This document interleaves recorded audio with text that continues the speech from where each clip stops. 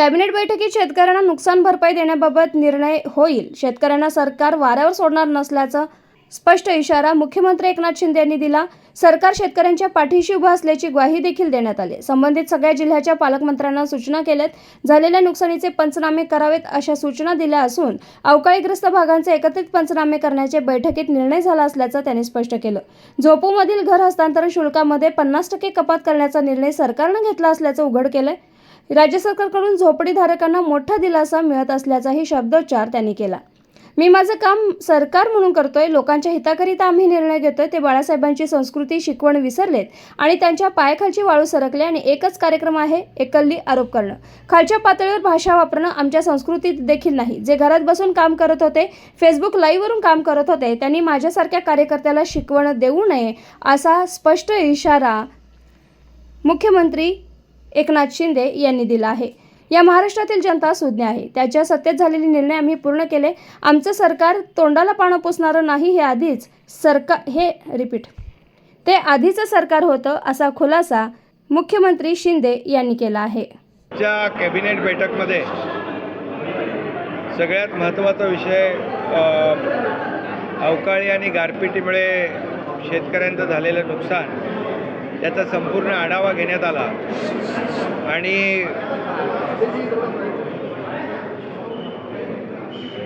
यापूर्वी सर्व जिल्हाधिकारी आणि विभागीय आयुक्तांना सूचना दिल्या होत्या पंचनाम्याच्या. युद्ध पातळीवर पंचनामे होत आहेत. त्याचबरोबर 3 हेक्टरपर्यंत शेतकऱ्यांना नुकसान भरपाई देण्याचा निर्णय झाला आहे. एकंदरीत सगळा अहवाल आल्यानंतर शेतकऱ्यांना नुकसान भरपाई दिली जाईल. शेतकऱ्यांच्या पाठीशी हे सरकार उभं आहे. झालेलं नुकसान मोठं आहे आणि त्यामुळे शेतकऱ्यांना सरकार वाऱ्यावर सोडणार नाही. शेतकऱ्यांना मदत ते करेल अशा प्रकारची चर्चा आज कॅबिनेटच्या बैठकीमध्ये, मंत्रिमंडळ बैठकीमध्ये झाली. त्या शेतकऱ्यांचं झालेल्या नुकसानाला आजच्या बैठकीमध्ये सर्वांनीच आमच्या मंत्रिमंडळातील सहकार्याने आणि शासनाने प्राधान्य दिलेलं आहे. संबंधित सर्व पालकमंत्र्यांना देखील सूचना केलेल्या आहेत की आपापल्या जिल्ह्यामध्ये झालेलं जे काही नुकसान आहे त्याचे पंचनामे तर सुरू आहे, परंतु संबंधित विभागातले अधिकारी आणि आपण स्वतः त्या ठिकाणी भेट द्यावी आणि आपल्या शेतकऱ्यांना, शेतकरी बांधव भगिनींना दिलासा द्यावा अशा प्रकारच्या देखील सूचना दिलेल्या आहेत. आणि नक्कीच यामध्ये यापूर्वी देखील जेव्हा शेतकऱ्यांचं नुकसान झालं अवकाळी गारपीट मुळे त्यावेळेस सरकारने मदत केली. याही वेळेस 2 हेक्टरऐवजी 3 हेक्टरच्या क्षेत्रफळाला शासनाच्या वतीने मदत होईल. सगळे पंचनाम्याचा एकत्रित आढावा घेतल्यानंतर ती देखील मदत तात्काळ दिली जाईल.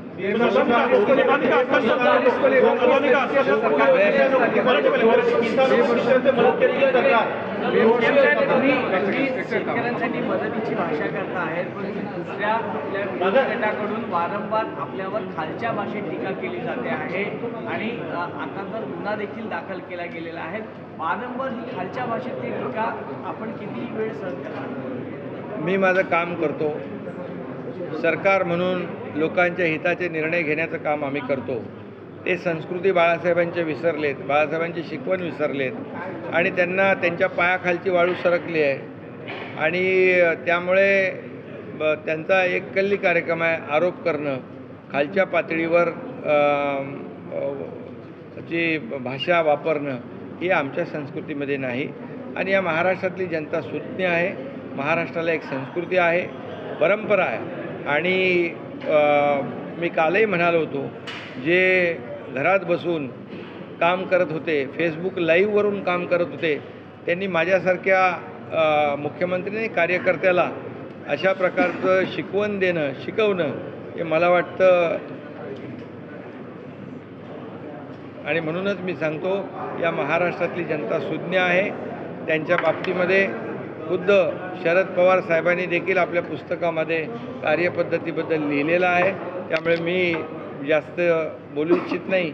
एवढंच मी सांगू इच्छितो की हे सरकार काम करणारं आहे, शेतकऱ्यांच्या पाठीशी उभं राहणारं आहे, घोषणा करून फसवणारं नाही. मागच्या सरकारमध्ये मागच्या मुख्यमंत्र्यांनी केलेल्या घोषणा या आम्ही शेतकऱ्यांना जे रेग्युलर कर्जफेड करत होते, 50,000 इन्सेंटिव्ह देण्याचा निर्णय मागच्या सरकारने घेतला, पण पैसे देण्याचं काम आम्ही केलं.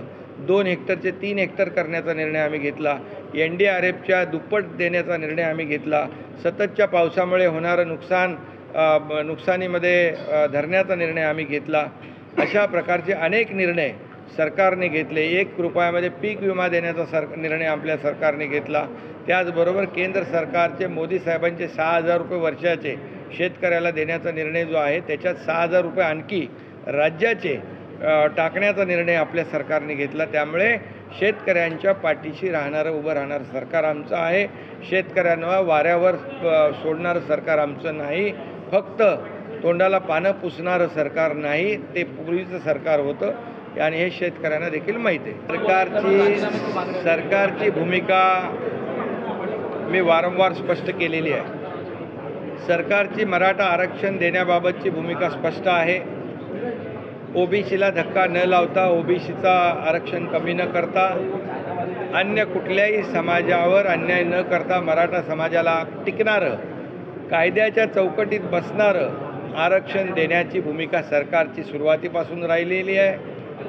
आजही तीच भूमिका आहे. त्यामुळे कुणी संभ्रम किंवा चिंता करण्याची आवश्यकता नाही. OBC समाजाला देखील मी हेच सांगू इच्छितो की कुठल्याही परिस्थितीमध्ये संभ्रम मनामध्ये ठेवू नका. आणि भुजबळ साहेबांचं देखील म्हणणं तेच आहे की मराठा समाजाला आरक्षण देताना OBCवर अन्याय होऊ नये, ही भूमिका ज्यांची भुजबळ साहेबांची आहे ती सरकारची भूमिका आहे. आणि म्हणून तर देवेंद्र फडणवीसजी जेव्हा मुख्यमंत्री होते तेव्हा सरकारने आमच्या आरक्षण दिलं होतं. हायकोर्टाने कन्फर्म केलं, पण दुर्दैवाने सुप्रीम कोर्टामध्ये रद्द झालं. याची जबाबदारी कुणाची आहे, याला जबाबदार कोण आहे, यावर मी आता बोलू इच्छित नाही. परंतु मराठा समाजाला टिकणारं, कायद्याच्या चौकटीत बसणारं आरक्षण देण्याची जबाबदारी सरकारची आहे आणि त्याच्यावर पूर्णपणे काम सुरू आहे. देखील सूचना दिलेल्या आहेत. प्रत्यक्ष झालेलं नुकसान, होणारे पंचनामे याच्यावर आपण स्वतःहून देखरेख ठेवावी, लक्ष ठेवावं, जेणेकरून शेतकऱ्यांना झालेलं नुकसान मोबदला वेळेवर मिळेल.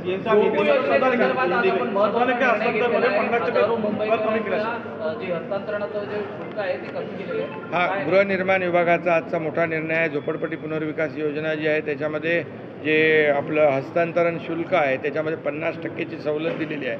मुंबईतल्या लाखो लोकांना त्याचा फायदा होईल, मुंबईकरांना फायदा होईल. सीएम साहब, किसानों को किस तरीके से मदद मिली और आपके ऊपर किस तरीके की टिप्पणी की जा रही है उसको कैसे देखते हैं? किसानों को आज के मंत्रिमंडल बैठक में ये जो गारपीट है, बेमौसमी बरसात है, उससे जो नुकसान हुआ है उसके बारे में चर्चा हुई, उसको ही प्राथमिकता दी थी. और यहाँ पर आज ऑलरेडी पहले ही पंचनामे करने के आदेश दिए थे, वैसे पंचनामे हो रहे हैं और 2 हेक्टर की जगह पर 3 हेक्टर का नुकसान भरपाई देने का ही निर्णय हुआ है. और पूरा आंकड़ा आने के बाद यहाँ पर किसानों को तत्काल नुकसान भरपाई सरकार के माध्यम से मदद मिलेगी. ये सरकार किसानों के पीछे खड़े रहने वाली सरकार है. जब जब ऐसे संकट में किसान आए तब तब सरकार उसके पीछे खड़ी रही है. जैसे आपने देखा है कि सिर्फ हम बोलते नहीं तो करते हैं. पिछली अभी जो बोलने वाले हैं उन्होंने वादे किए, लेकिन उसके वादे पूरे करने का काम हमारी सरकार ने किया, ये भी आपको पता है. और इसलिए किसानों के किसी भी तरह से किसानों के पीछे खड़ी सरकार रहेगी. इसके लिए 1 रुपया में पीक बीमा योजना भी हमने कर दी है. ये जो बेमौसमी बरसात हो रही है उसके बारे में पंचनामे शुरू है. जितनी भी मदद सरकार किसान को करे, बिल्कुल सरकार निचली स्तर की जो टिप्पणी आपके ऊपर की जा रही है, लगातार आप शब्दों के उपयोग किए जा रहे हैं, अभी उनके पास दूसरा कुछ काम है नहीं. टीका टिप्पणी करना, गाली गलौज करना, ये महाराष्ट्र की संस्कृति नहीं है. ये महाराष्ट्र को शोभा देने वाली बात नहीं. ये बाला साहेब ठाकरे जी की शिकवण नहीं है, ये सीख नहीं है. और इसलिए उनको काम धंधा नहीं है. वो टीका टिप्पणी करेंगे, हम हमारा काम करेंगे. हम सरकार जो है लोगों के हित का निर्णय लेगा. और जो घर बैठने वाले लोग हमारे ऊपर क्या टिप्पणी करेंगे, जिनके बारे में खुद शरद पवार जी ने भी लिखा है उनकी कार्य पद्धति के बारे में, उनके बारे में मैं क्या कहूँगा. और ये जेलसी है, ये बहुत ही पैरों तली ज़मीन खिसक गई है। आज जो ग्राम पंचायत में जो चुनाव में जो नतीजा है उनसे उनको पता चला है कि वो कहाँ पर है, और इसलिए वो कितनी भी टिप्पणी करे निचले स्तर की, ये महाराष्ट्र की जनता बहुत ही समझदार है। हम हमारा काम करेंगे, हम वो जो टिप्पणी करेंगे, आरोप करेंगे, उसके कामों में से उत्तर हम देंगे और जनता उनको बराबर उनकी जगह दिखाएगी।